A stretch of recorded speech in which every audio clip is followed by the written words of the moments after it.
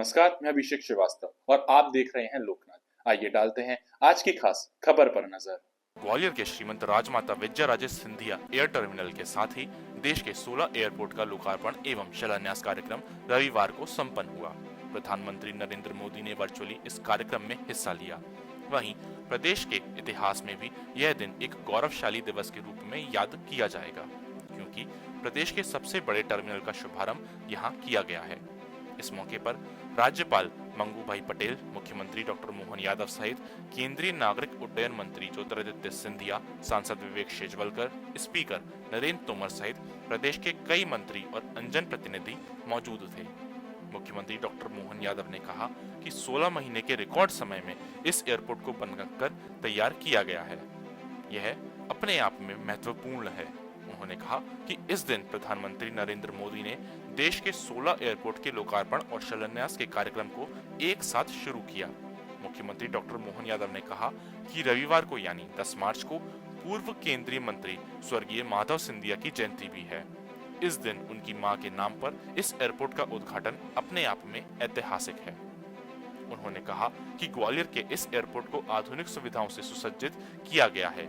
साथ ही यहाँ पर एक साथ कई विमान खड़े हो सकते हैं। करना चाहता हूं, हमने शुरुआत की थी 29 एकड़ की छोटी जमीन सिविल एन्क्लेव की। मैं नरेंद्र सिंह जी के पास गया, मैंने कहा कि आलू संसाधन का हमारा केंद्र यहां है, वहां से जमीन हमें दीजिए। अब कल्पना करो, 29 एकड़ की जमीन थी, ये एयरपोर्ट बना है 144 एकड़ की जमीन पर मेरे भाई और बहनों। और देखो इतिहास जो हमने रचा है, आपने रचा है, मोहन यादव जी ने रचा है, सभी ने साथ में मिलकर रचा है। देश में पहला एयरपोर्ट बना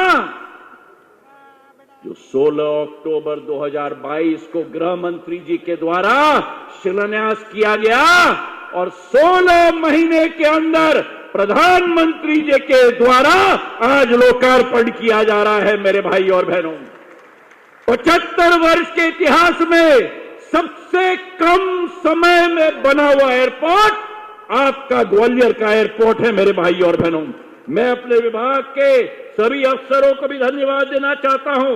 रुबीना जी आप उठिए, शरद जी आप उठिए, रात दिन इन्होंने मिलकर काम किया है नया कीर्तिमान स्थापित करने के लिए ग्वालियर के एयरपोर्ट के लिए। मेरे भाई और बहनों, 16 महीने में बना हुआ ये एयरपोर्ट, और जहां जैसे नरेंद्र सिंह जी ने कहा, ग्वालियर को जहां एक जगह गंतव्य से जोड़ा गया था, आज ग्वालियर के हवाई अड्डे पर मुंबई की प्लेन आती है, दिल्ली की प्लेन आती है, बेंगलुरु की प्लेन आती है, हैदराबाद की प्लेन आती है, इंदौर की प्लेन आती है, अयोध्या की प्लेन आती है, अहमदाबाद की प्लेन आती है।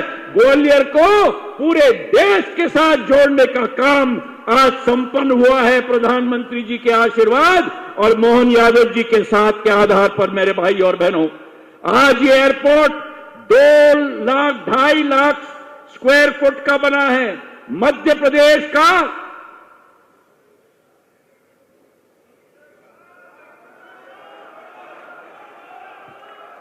अभी सुनाई नहीं दिया, मध्य प्रदेश का सबसे बड़ा एयरपोर्ट है मेरे भाई और स्वर्गीय राजमाता सिंधिया विमानतल के लोकार्पण के अवसर पर हमारे महामहिम राज्यपाल माननीय मंगू भाई पटेल जी, हमारे अपने यशस्वी नागरिक उड्डयन मंत्री माननीय सिंधिया जी, विधानसभा अध्यक्ष माननीय नरेंद्र सिंह जी तोमर जी, लगातार प्रवास के कारण मेरा गला थोड़ा ऐसा लग रहा है कि मुझे अपनी बात कम शब्दों में और कम समय में ही पूरा करना है, लेकिन सबका भाव भी है और मेरी भूमिका भी है। पूरा मंच सबको प्रणाम करते हुए जोरदार तालियां बजाएं समूचे अतिथियों के लिए। और आज का दिन कई कारणों से बहुत विशेष है।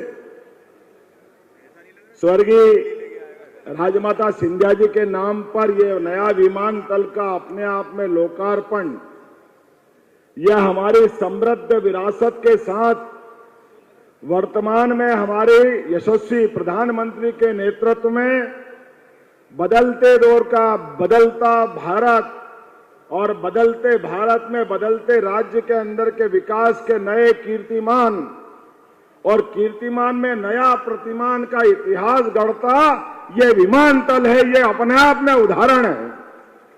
जितना इसका गौरवशाली इतिहास ग्वालियर का है, उतनी कलात्मकता के साथ अंदर की सारी एक एक चीजों पर जो काम किया गया है वो वाकई अद्भुत है। एक बार जोरदार ताली बजाएं इस नाते से कि राजमाता जी के जीवन का जो उनने अपने जीवन की एक धारा बनाई थी, जो उनका व्यक्तित्व था, उसके आधार पर और आज एक और सुखद संयोग है, विकास के मामले में स्वर्गीय श्रीमंत माधवराव सिंधिया जी का भी इनाम पूरे देश में अत्यंत सम्मान से लिया जाता है। एक बार उनको भी हम स्मरण। ऐसे ही वीडियोस को देखने के लिए आप लोकनाथ के YouTube चैनल को सब्सक्राइब करें। साथ ही आप लोकनाथ के अन्य सोशल मीडिया हैंडल्स जैसे कि फेसबुक और इंस्टाग्राम को भी आप फॉलो कर सकते हैं।